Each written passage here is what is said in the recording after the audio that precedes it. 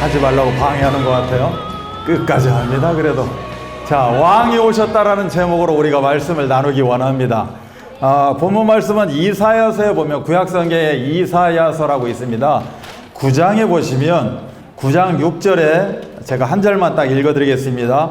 이는 한 아이가 우리에게 낳고 한 아들을 우리에게 주신 바 되었는데 그의 어깨에는 정사를 메었고 그의 이름은 기묘자라 모사라 전능하신 하나님이라 영존하시는 아버지라 평강의 왕이라 할 것임이라. 아멘. 이 말씀을 가지고 왕이 오셨다라는 제목으로 말씀을 나누기 원합니다.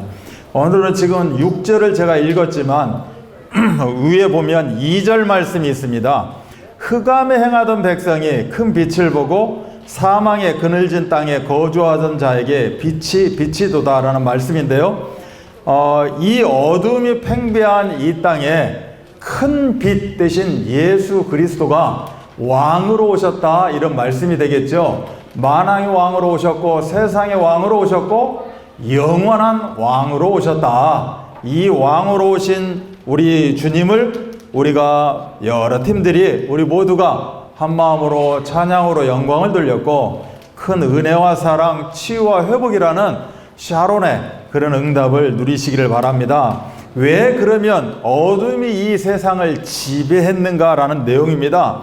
흑암에 행하던 백성이다. 즉 어둠이 이 세상을 지배했다는 내용이죠. 왜 어둡습니까? 하나님과 동등되어지는 인간의 욕심이 이 땅에 빛을 몰아냈다는 사실입니다.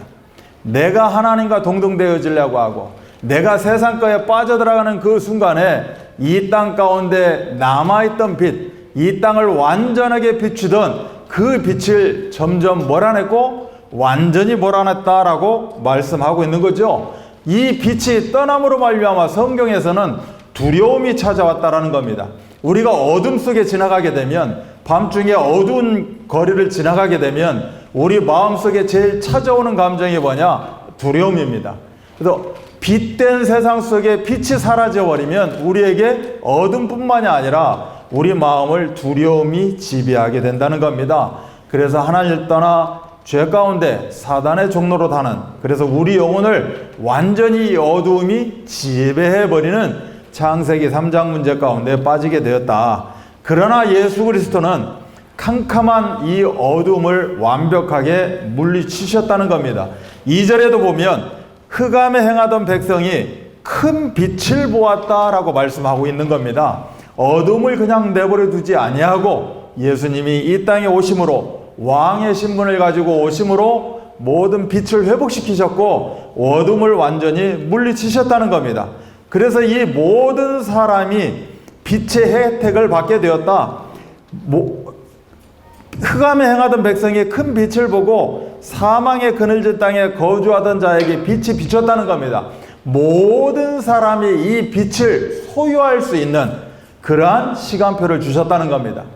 하나님이 나를 찾아오지 않은 것이 아니라 모든 백성이 이 큰 빛을 바라볼 수 있고 그 따뜻함 속에 이 빛과 함께 살아갈 수 있음에도 불구하고 그걸 거부하는 사람들이 나타났다, 이런 내용이겠죠.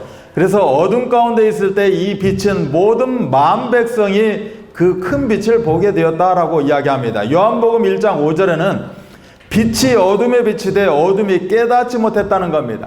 분명히 빛은 비쳤는데 그 빛을 받아야 되는 그 세상, 그 개인, 그 가정이 너무 칠흑 같은 어둠 가운데 있어서 빛이 왔는지조차도 모르고 살아가고 있다는 거죠. 그리고 울며 불며 고통 가운데 살아가고 있다는 겁니다. 심지어 이사야 60장 2절은 어둠이 땅을 덮을 것이며 캄캄함이 만민을 가리운다는 겁니다. 이 정도로 칠흑 같은 어두움이 이 세상을 지배하고 있다. 그럼에도 불구하고 하나님은 사랑이시기 때문에 하나님을 한 단어로 이야기하면 사랑입니다. 하나님은 사랑이시기에 이 땅을 그대로 내버려 두시지 아니하시고 우리의 고통의 소리에 응답하신다고 분명히 출애굽기에서도 말씀하고 있고 성경에서는 이야기하고 있습니다.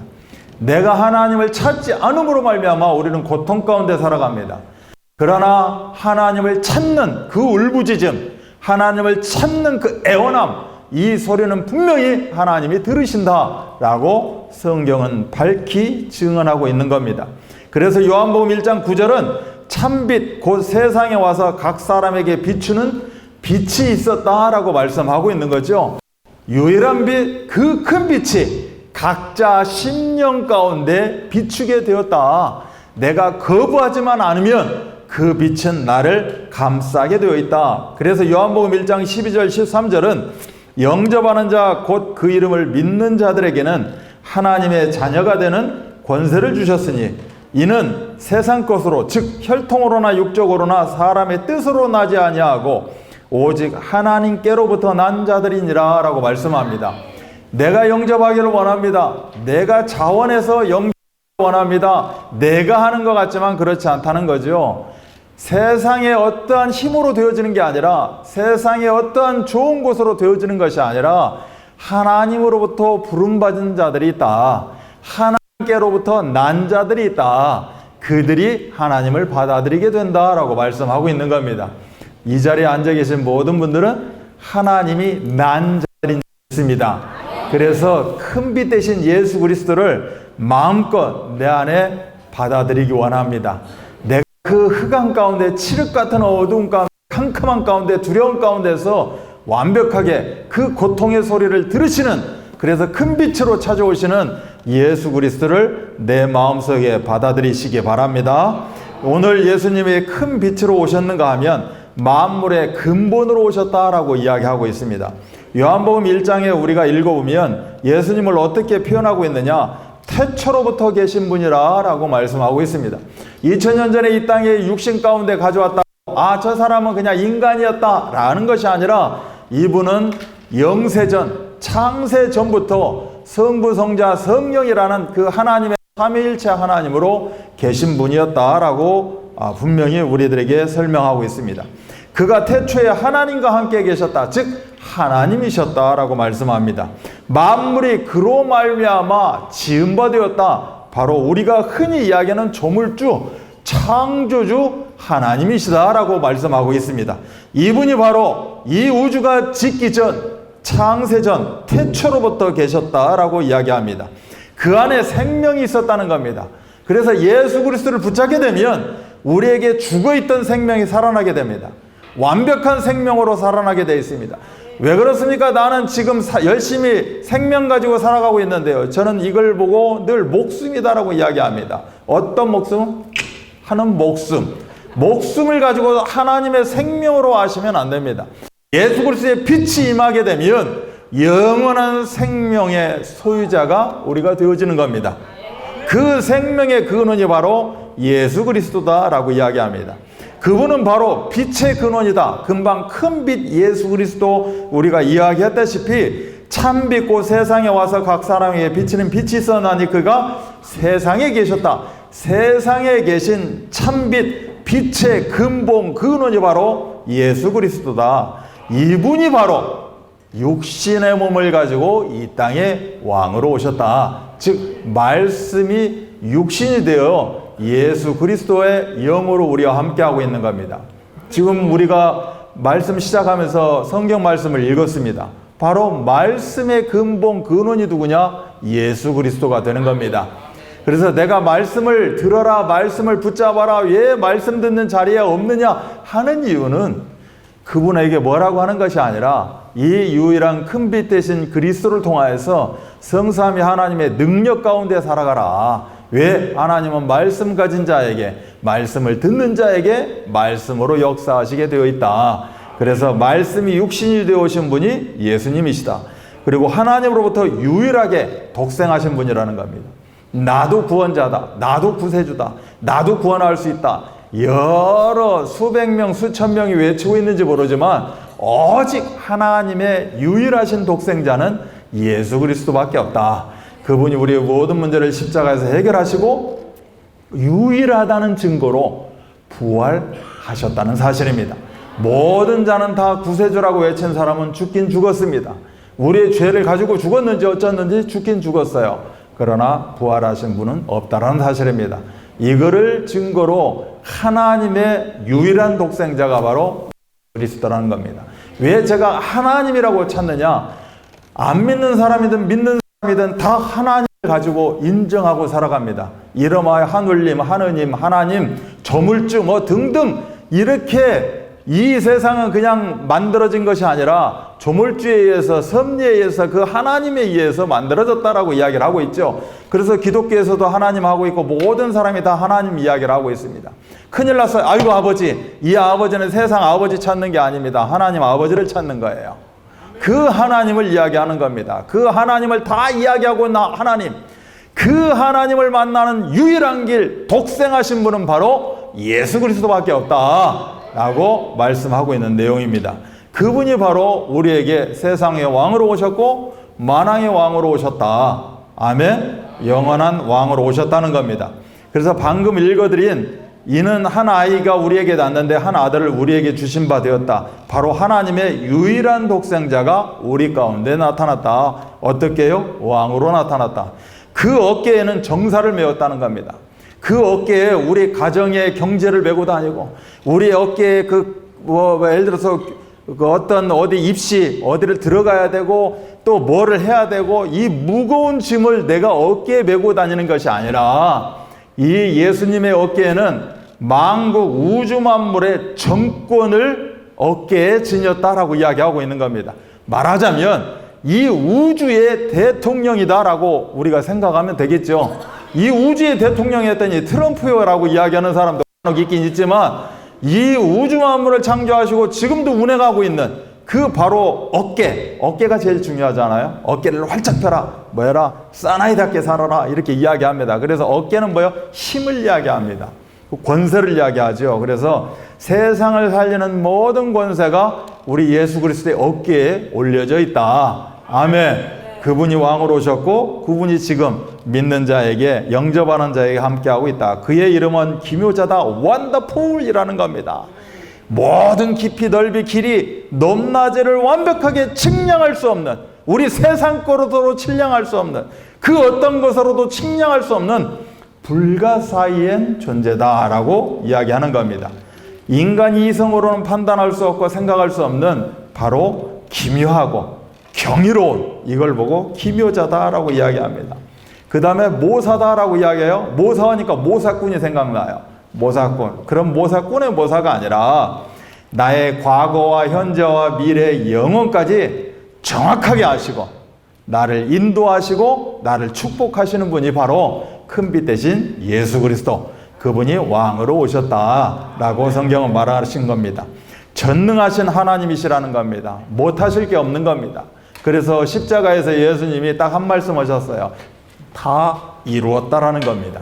나를 붙잡게 되면 너희들도 다 이름을 받게 된다 라고 이야기하신 겁니다. 바로 전능하신 하나님이고 영존하신 아버지라는 겁니다. 영원 전부터 영원까지 우리와 함께 하시는 분입니다. 그분이 우리들에게 두려움 가운데 있는 줄 알고, 답답한 가운데 있는 줄 알고 평강의 왕으로 오셨다는 겁니다. 아멘. 평강의 왕으로 오신 그 큰빛 대신 예수 그리스도, 모든 만물의 근본 대신 예수 그리스도, 이분을 축하하는 오늘의 축하 잔치가 되었던 겁니다. 아멘. 절대 놓치지 마시기 바랍니다. 우리가 넌센스 퀴즈라는 걸 해요. 넌센스 퀴즈. 그럼 넌센스라는 뜻이 뭐냐? 착각한다는 거죠. 또 황당하다는 겁니다. 터무니없다 뭐 이런 걸 보고 넌센스라고 이야기합니다. 그래서 넌센스 퀴즈 하면 뭐 예를 들어서 넌센스 퀴즈 하면 황당한 대답을 하고 이런 걸 답으로 이렇게 쳐줍니다.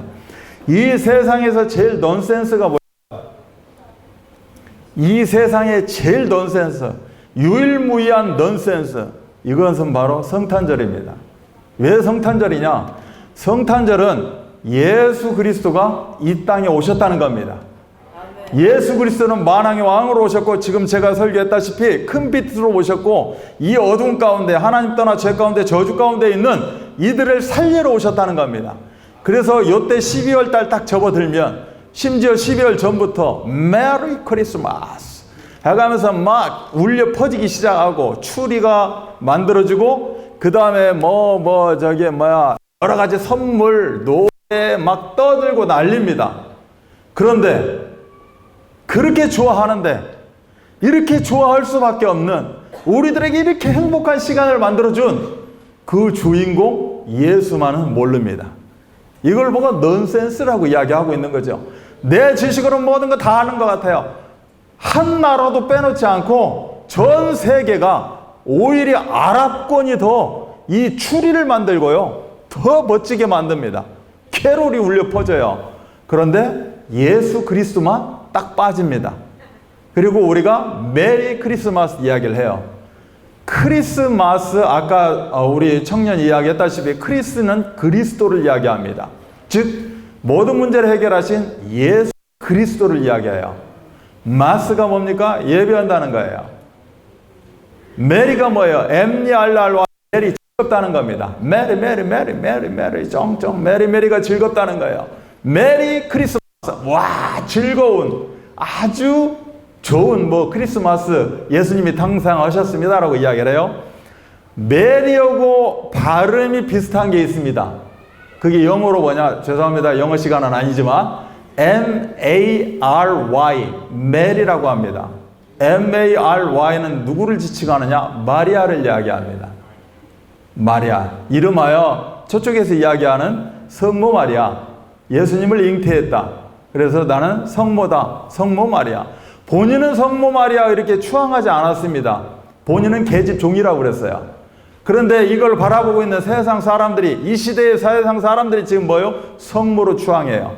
그리고 이때만 되면, 아니 어떻게 보면 전 365일이 예수는 아기 예수입니다. 성모 마리아가 아기 예수를 품고 있는 거, 이게 봐라, 이게 기독교다, 이게 예수교다, 이런 식의 어떤 표현을 하고 있어요. 절대 그렇지 않습니다. 성모는 뭐예요? 계집종입니다. 아기로 있는 게 아닙니다. 이제 모든 문제 해결하시고 부활 승천하셔서 이제 재림주로 오실 그날을 기다리고 있는 분입니다. 이분을 다 축하하는 날이 바로 메리 크리스마스예요. 그래서 정말 이거를 절실하게 아는 사람은 발음조차도 하기 싫다 해서 메리를 안 씁니다.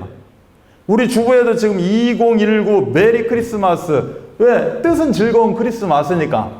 그래서 메리가 들어가니까 마리아를 위한 크리스마스인가? 마리아 성모 크리스마스 아기 예수, 이렇게들 만들어서 쓰고 있어요. 그래서 한간에 어떤 사람들은 메리를 뺍니다. 그래서 해피 크리스마스를 이야기합니다. 행복한 크리스마스. 우리 옆 사람을 축복합니다. 해피 크리스마스. 해피 크리스마스. 시원하게 발음 굴려가면서 한번 해봐요. 해피 크리스마스.